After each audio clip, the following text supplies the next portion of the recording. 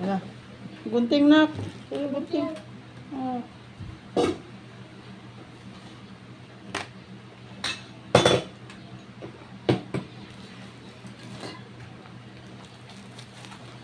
Yan, dumating na ang ating in-order na honey. Sa Laguna ako nag-order. Oh, buksan na natin. Oh.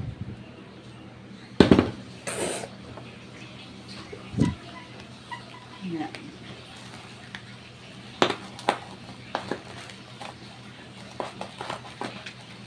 Ayan din. Huwag kang ano na.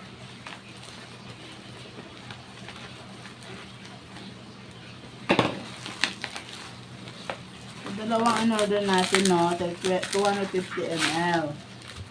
Ayan. Worth 216. Kasi pag dalawa in-order mo, free shipping na. Ayan. Wow.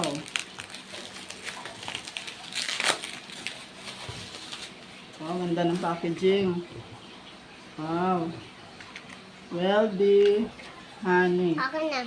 Hindi ko mapatita. Subukan natin. Sabi ng asawa ko, kapag sumindi daw ito, tapos puro, totoo daw ito. Sausaw?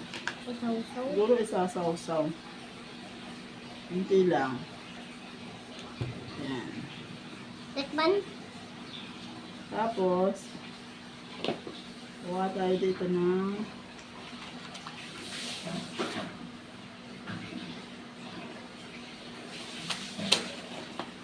Yo. dahil matikpan na.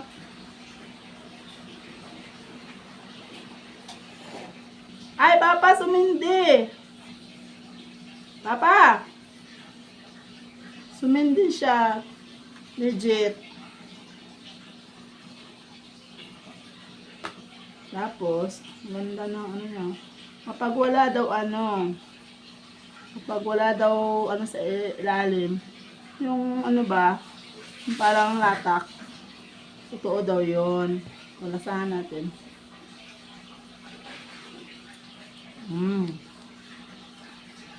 Totoo siya. Ano? Ayun, sa kutsara na, kuha ko kutsara.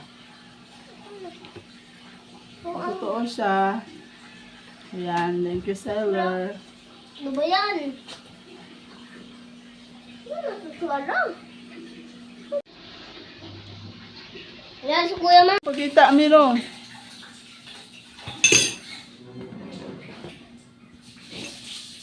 Oto, sindihan mo. Dala nga. Dito na ano. Oo, alam ko yan.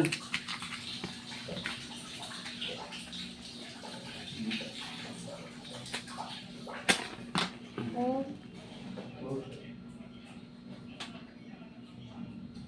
Peke. Yan o. O, kumukulo o. O, peke yan. Ano iba yan? Ha? Peke! Tuyo-tuyoy. Ay, tumulo siya. Dali. Tuyuin ko. Huwag haluin daw. Bakit? Kasi malalaman daw kung toong honey kapag hindi siya natutunaw agad. Nama. Dali, dali. Hindi naman siya natunaw agad. Ayan o. Nilagay ko sa baso.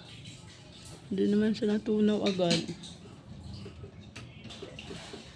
Oo. Sabihin daw toong honey to. Hindi siya natunaw agad oh.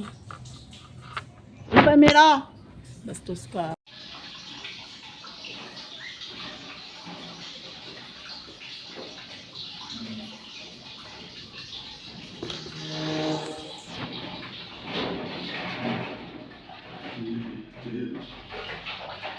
Mumula ba? Ito ko yun. Hindi pa. Pag mumula daw kasi, fake yan.